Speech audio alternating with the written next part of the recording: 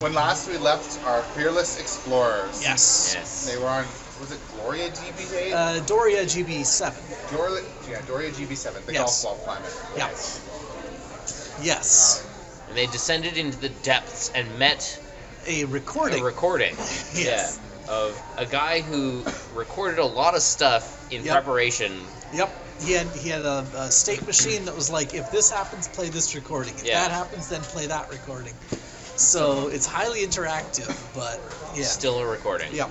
Which I think some of the characters were confused about. They kept forgetting that and like asking him how he died and asking him what he thinks of blah blah blah or whatever. Yeah, and he's like, I don't know. Yeah, this is a recording. So I assumed that it was like recording with some AI mixed in, so it was like it would be able to like splice together information to provide like. Well, I mean, a little bit in that you could ask him about some. It's like taking choices on the conversation. Right. You know? Yeah. Oh no! I mean that is how it is. I thought it was like a kind of a more advanced level. Recording of his words, and they could blend them. Yeah, like he recorded a bunch of stuff, and then it would be smart enough to blend stuff together to like synthesize new. Things. But it wasn't. I died in a fire. Did it have a list of like categories? Was there a table of contents? No, not really. He just is interactive. So the biggest thing that we learned last time was that the Epiphany had come to this galaxy and wiped it out, and it had been sent by these, or been broadcast by these vanguards of the Leviathan, which is a giant ship moving slower than light speed, but just barely, with a black hole and a bunch of stars powering it. Just to recap what was going on. Yeah. And they got these transmissions from the Circinus galaxy that had been wiped out by it, and then it's clear that this galaxy had been wiped out by it. And this planet had been a planet that focused on mediating between other planets, and they wanted to keep communicating, but other factions wanted to shut down all communication to protect themselves from the Epiphany, and it came to a war where basically their entire planet was utterly obliterated, except for a few vaults where people hid deep underground. But the guy's afraid of the nanites that detect patterns of information and destroy them. So that's where the players started out, down in the vault. What was this? Lex Daveron was his name. Lex Daveron? Lex Daveron. Yeah. Anyway, he had racks and racks of memory crystals from their archives. Oh yeah. That he had swirled away down there. But you can't take them out because the regulators are right? Well, it was something that they would target, but Yeah, as soon as we take them out, we're suddenly a target for stuff. But we still want to. We want to get all that information. I mean, we can't carry it all, but we basically took as much as we could carry. Yeah. It's mostly like just information and history, but if there was any science or whatever, I grabbed that and engineering based. But I mean, there wasn't a lot of that. That stuff would only be incidental. It's mostly historical, but that's fine. It's useful. The Ruluk, which was the race that this guy belonged to, were very focused on like the cultures and societies and stuff like that. So that's what most of the information was about. And it's all a million years out of date. It's mostly pre-war. Yeah. So the War of Silence, it was called. Right. Yeah. Yeah, and there were two factions. There was like silencers. It's sort of like basically everyone panicked. Right. They were like, oh, the Leviathan's coming, and what we saw from the Circinus transmissions was that they had this galaxy-wide confederation, and they were communicating with each other. Right. And it was infectious. Information. Right. And Leviathan was following the patterns of the communications. Right. So let's cut all that. Let's everyone go into their survival bunkers, isolate their planets, that sort of thing. And then when Leviathan sweeps through everyone just be quiet. Settle down, quiet. Leviathan's coming through. Is he gone? Okay. Communicate. Yeah. Basically, that was the plan, but a lot of people didn't go for it. Yeah. And a lot of people were also were it was like, a million years too early or something, or yeah. Well, I mean, the Circinus transmission some of it had been infected with Epiphany, so it did get into the galaxy then. Okay. It seems that they had developed countermeasures and were suppressing it. But when Leviathan's actually in the galaxy, evidently Circinus figured this stuff out too, and they weren't able to stop it. So. Right. So anyway, So yeah, and I guess a lot of them also were sort of aggressively cutting themselves off. Like, Right. oh, those guys know about us. That's bad. You know. So yeah, that's why things sort of fell apart. Right. So anyway, the party now has all this information about the past civilizations that existed in this galaxy a million years ago. And now they want to try and get back to their ship and skedaddle. Right. So they went out into the hallway and they started heading back the way they came. And they started encountering dust in the air. Uh-oh. Uh-oh. So they decided, oh, nope, the nanites are eating in through the door that we closed behind us. Yeah. So there was a branching side corridor. And also Lex Daveron had map of the tunnels and said, oh yeah, you can, okay Google, navigate me to my ship. Yeah. So he said, yeah, go this way through this other communication vault and you can get to the surface. And so the party diverged and went down into this other vault that they had to pass through, where they faced their greatest challenge. It was a closed door that they wanted to open. Yes. Yeah. They encountered a second recording. It was like the first recording, but huskier. This is a joke John gets, but no one else is going to get. People figured it out on the weekend, but there's two Googles now, and one of them is husky. He's been saying that to people repeatedly, and it doesn't sound any less crazy no matter how often you repeat it. There's two Googles now, but one of them's husky. Is it a voice?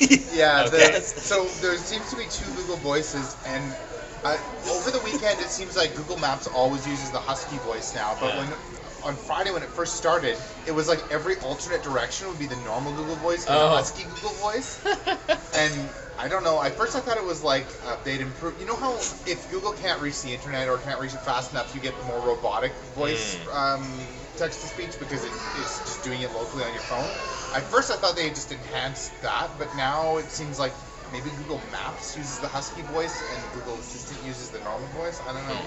I also thought it might be a Canada-specific thing or something. Maybe they tried to pick a Canadian-sounding voice. I don't know. My theory was that it had overheard John bad-mouthing it, Right. and got in a huff and stormed off, and a different AI had to take It's true, over. because I'd asked it to navigate it into a friend's house that I had programmed into it, and it kept refusing. And it was like, I'm sorry, what? I can't figure that out. What, can you say it again? I'm like, you utterly failed. And then it just stopped saying anything. And then when it came back, it had this weird husky voice. Yeah, so I assume A different AI had. The first day I just stormed out. And then eventually it came back. But then I think I said something else rude to it, and it switched back to husky, so that all fit with the theory. But anyway. So yeah, there was another hologram recording from a different Ruluk that had been hiding inside this communication vault. But it wasn't husky, it was orange. Yes. And the one we had before was blue. Yeah. Like blue skinned or just blue recording? Blue recording. Okay. I was The imagining hologram. like a Star Wars recording. I don't know. Yeah. And then Yeah, it comes pretty from much. a projector. Pretty so, much. Okay. But one so was it's blue blue. and one was the new one was orange. Yeah. Okay. And so the orange one was all like, "Oh, excellent! You've come to my vault. I've been trapped down here. I have so much knowledge to share with you." Ah, yes. He called himself the Vault of Forbidden Knowledge. The Vault of Forbidden Knowledge, yes, because it's exactly what they're trying to suppress. And I mean, Lex Daveron has said that he really loves knowledge, but had accepted that some things had to be redacted for safety. So that he had redacted everything with the Epiphany from his his vault. With great reluctance, but he had gone along with that that idea. This guy evidently hadn't, and so he was enthusing, to the party about how I have the knowledge of all the secrets of the universe in here, and I want to share it with you. Right. And then Lex Daveron's recording came up and said, you seem to have encountered a recording from another Ruluk that has succumbed to the Epiphany. Right. Don't listen to what it's saying. Yeah. And then the other one popped up a recording and said, you have a recording of a different Ruluk with you that's advising you not to listen to what I'm saying. Don't listen to it. each of them had layers of more recordings arguing with each other, having never met or known that the other existed ever. So yeah. But the party had to go through this vault in order to get out. And so they opened the door and went in. And then something started jamming Lex Daveron's recordings. Of course, So it was just the orange guy now. So anyway, the party went in, and there was like dim emergency lighting in there. Only they did a good like perception-y type thing. I noticed that it's not actually light bulbs.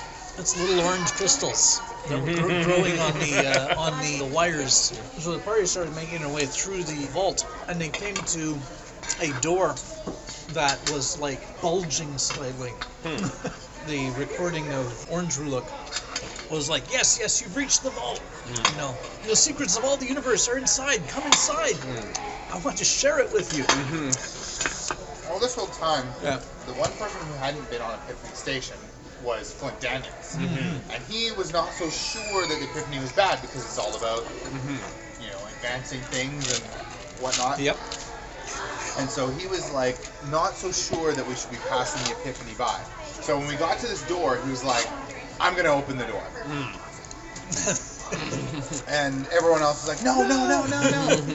There were some physical checks where people were like wrestling him away from the door and stuff like that. There's a lot of emotional stuff going on, which Hawking did not approve of.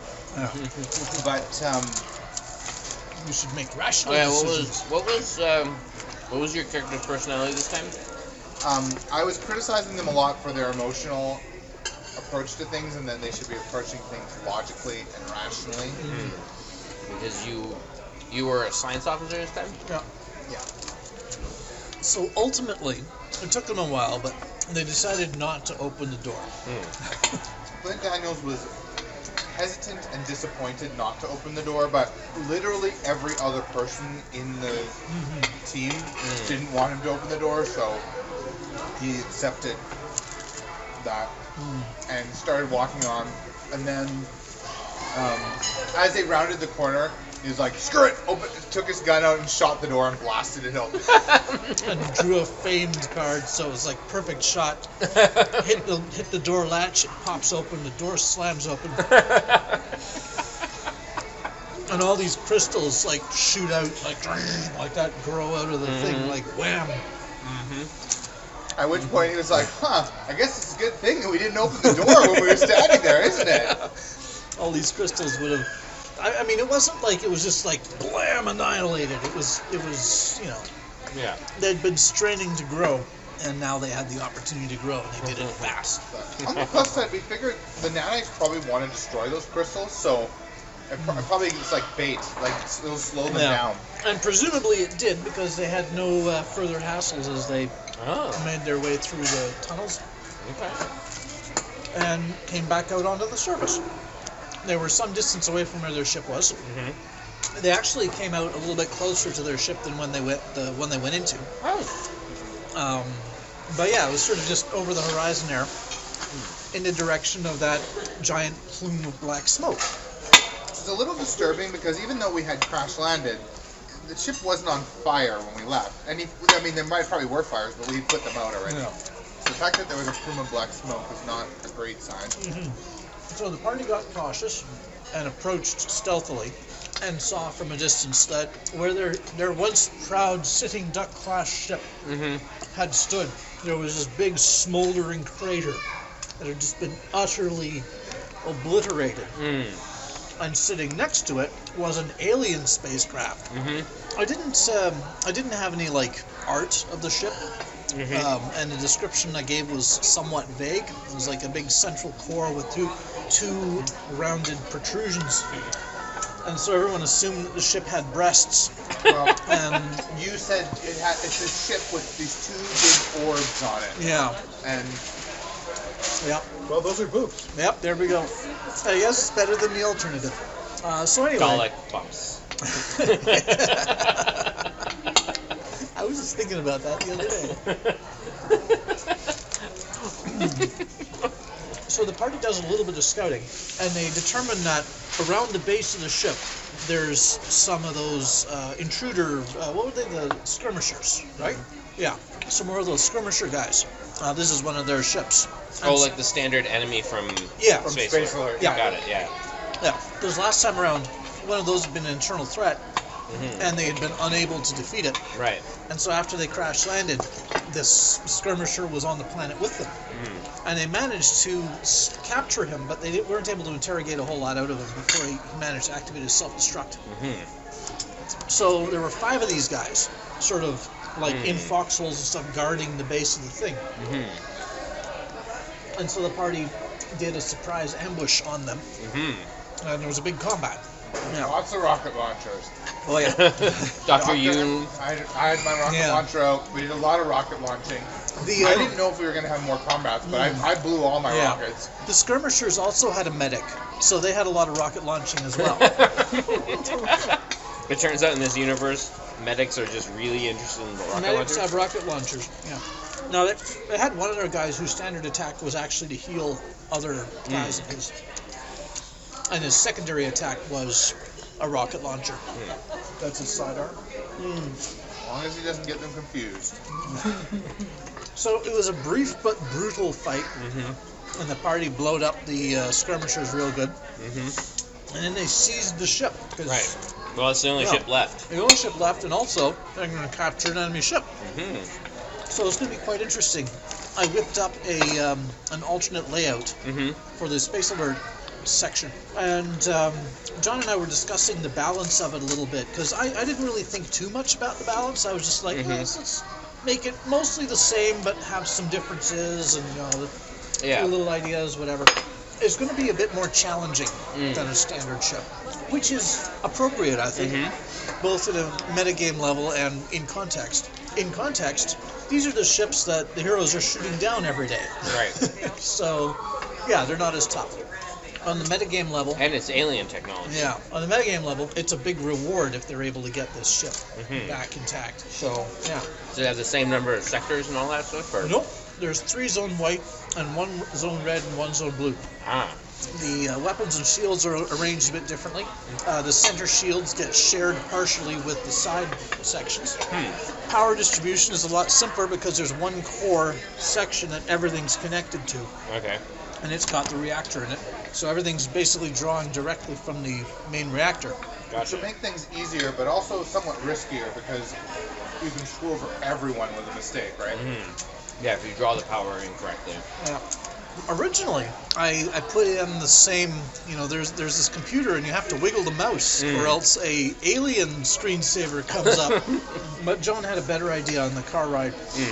He suggested that the ship actually has a self-destruct system that is engaged, and you have to keep overriding it. It makes sense. These guys seem to have, they have their self-destruct built in. Their ship, everything about them, they're ready to self-destruct. Yeah. So They need to keep their secrets. So yeah, every phase they're going to have to abort the self-destruct. And there was also, I added a new system, actually 2 new systems. One I suspect they're not going to use, a hyper boost system that, at the cost of some energy, pushes all the enemies back one step on the track. It's similar to an ability Pill has, and Pill's not there, so I figured, why not? Let's give him that. I doubt they'll use it. The other thing is the intruder purge system. If you trigger it, every threat that's currently on the ship takes 1 BattleBot damage, as if they'd been attacked by BattleBots. But the players all delay a turn. It basically tasers the entire ship. Are there BattleBots? There are BattleBots. Right. Otherwise, the internal threats would be just unstoppable. Well, you could just keep tasering taser them to death. Yeah. The ship knows not to taser the players. No, it tasers them too. That's why everyone delays a turn. They're hiding. Or too busy going like that for a turn. Take your pick. Yeah. You could be like, there are tiny little cupboards you can go hide in. Everyone stands on the stools to get off the floor. Yeah, everyone stands on The floor is lava. which you can imagine too, because if you're prepared for it and you plan for it, everyone's going to leave that spot blank anyway. Yeah. And so you could imagine everyone who successfully leaves it blank, you can imagine they get to the place where they don't get zapped. Everyone who doesn't get zapped. Looks like the sprinkler systems you see in big buildings. It's looking cheap electricity. Yeah. into the safety cubby. I've often wondered why more starships don't have that sort of thing in science fiction. What, does that ever zap everybody? Well, some sort of anti-intruder automated turret type system. Or just an Boarding. easy way to dump all the atmosphere. Boarding is difficult in space. Not in many science fiction shows. Once you got transporters, Once you get transported, which is how I presume these intruders are getting on the ship in Space Alert. I have to go with it's probably for making it useful drama to get invaded. Boarding torpedoes are awesome. I seem to recall that Andromeda Ascendant in Andromeda had anti-intruder like turrets and stuff. It would make sense. Like, presumably once you get that far, your AI can probably recognize everyone on the ship. Although for Star Trek, you may not want that system because, geez, those teleporters sure cause all kinds of accidents and, like, people mutate into half animals, and you may not want the automatic killing machines to blow you up. They don't have to be killing machines, they can be stunning machines. That's true. What else are you can do? You can get Jenkins, the data analyst, a rifle. I mean, I guess you can always turn them on and off. Like, you can turn them on, like, oh, we have intruders. Turn on the intruder turrets. Yeah. So anyway, that's where the session ended. Oh yeah, they also determined that there was some footprints where some more of these guys had gone off to try and like track him down. Right, they probably got nano eaten. And even if they didn't, they're about to be abandoned on the planet. So. Well, they didn't seem to hold their own lives too highly, so... Yeah. If we abandoned on the planet, that sucks for them, but, I mean, they destroyed our ship, so, like, they literally were trying to do the same thing to us. Yeah. And... What's good for the goose is good for the gander. And, I mean, I don't think...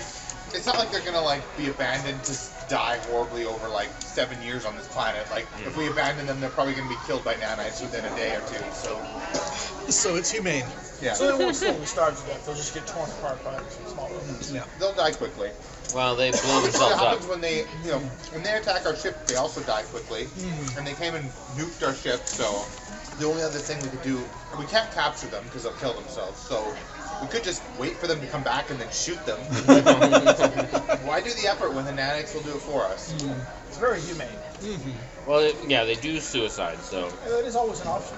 So yeah, I expect next session is going to be the trip back, and then a debriefing, and then the briefing for the next mission, and a trip out. Who's the next GM? We'll see. It'll default to me because I have something I want to do, but we'll see if Robin started prepping something. I have a feeling she won't have time to be ready, but if she does, she'll be next. Has everyone gone? No. And Shannon feels like she can't GM. Right now she has a baby who's like 1 and a bit, so she feels like she can't GM while Kip is small, so... She has to split her attention too much. Well, that's fun. And we will see the triumphant return of Phil. Find out what he's been up to in Canada with his girlfriend. I'm assuming something nefarious. Why is everyone suspicious of Phil? Well, he did say he'd completed his mission. Yeah. Well, it might be because the head of the academy said, "Why are you being suspicious enough with Phil?" Yeah. We kind of told you about him so that you could, like, spy on him and stuff. Yeah. Not just hang out with him. Well, they did say not to let him know, though. Yeah. Yeah, but he's also incredibly gullible. Just don't tell him straight up. We know you're an alien. I am surprised people haven't poked him and see how deep the rabbit hole of crazy goes. Yeah, they just kind of walk around and be like, okay. Just keep pretending that he's normal. But yeah, just keep pushing. They have that he's from like Upper Canada. Yes, like the Yukon. Upper Canada, like the Yukon. And just keep pressing. Where? What town? Who was your favorite person? Although they're not supposed to break his cover, they're supposed to find out his secrets. Yeah. So, I mean, they have been doing the right thing by not, like, pushing on his cover. But Yeah. Yeah, leave the cover story alone, but... Find out what he knows and why he's here. I mean, I feel like they could put some dots together from some of the stuff that I have said. I don't know if they've actually been paying attention to it in that way, though. There's certain kind of behavioral characteristics, but those could be explained by other ways. I mean, Bill has said a lot. You'd think the artificial head would. I have a leak. It's a prosthetic head. I suffered an injury. everyone already knows that he's, like, a squid in a human suit. But they don't know what he's doing, where he's from, or what he's up to. Except that he keeps going on to what? hiders and destroyers. Well, you guys did go to a planet that was entirely populated by things that hid and things that destroyed. How big is this squid? He's like, soccer ball sized, I guess you could say. Including all the Yeah. tentacles. Yeah. He can curl up in a pod that size. And he's actually more like an octopus than a squid. Anyway, I will conclude this recording. No, Flint. No. Bad. Stay away from the Epiphany. No. No. No. Epiphany bad. No. No, Flint! You gotta stop! Stop! Don't make me administer the sedative. Stop! No! Say no to the Epiphany. No! Flex Officer's Log. The logic of humans is so unreliable. It is true that I agree with the outcome of Anplay and the Doctor and Chumley, and I disagree with Daniels, but their reasoning was highly emotional. None of them were actually thinking straight. It's just a coincidence that they happen to have settled on the correct decision. Alas. Man, that Monty sure could use to learn a thing or two about human emotion. They're actually quite useful, just like that harp would have suggested. Lieutenant Chumley, security officer's log. Well, the most wondrous thing has happened. It wasn't wondrous when our old ship got completely destroyed, but it's turned out great because we have a new lark, and oh my, she looks like a swimmer. 2 delicious orbs on either side. I'm sure she'll fly like a dream. I'm so excited. What to name her? Something round and voluptuous. I'll have to think on it. Anyway, I'm really excited to see what kind of bulldogs she's got. Like, seriously, I bet there's some nice lead towels, maybe even a brown Bess or a blue plum. Oh, I can't wait. Engineering officer's log. They blew up our ship! They blew up my ship! I've worked so hard on that thing. I've spent so much time fixing it, and now it's just gone? I mean, there's this other thing that I guess we can take home. It's going to be fun bringing that planet side to Earth and not having them just shoot us down because we're an alien ship. But, I mean, yes, the sitting duck ship sucked. It was a terrible ship, and I wanted to do more enhancements to it, but they just wouldn't let me. But that was my ship, and now it's gone. Flint Daniels, personal log, Space Ranger. From the derelict planet of the Lost Galactic Association comes a message, a single shining beacon in the darkness. And who is this, championing his course from the cockpit of a captured alien vessel, leaving behind the smoking ruins of his old hopes and dreams to chart a bold new course? It is the Space Rangers, fighting, overcoming all odds, to triumph, to win, to reach the unreachable star.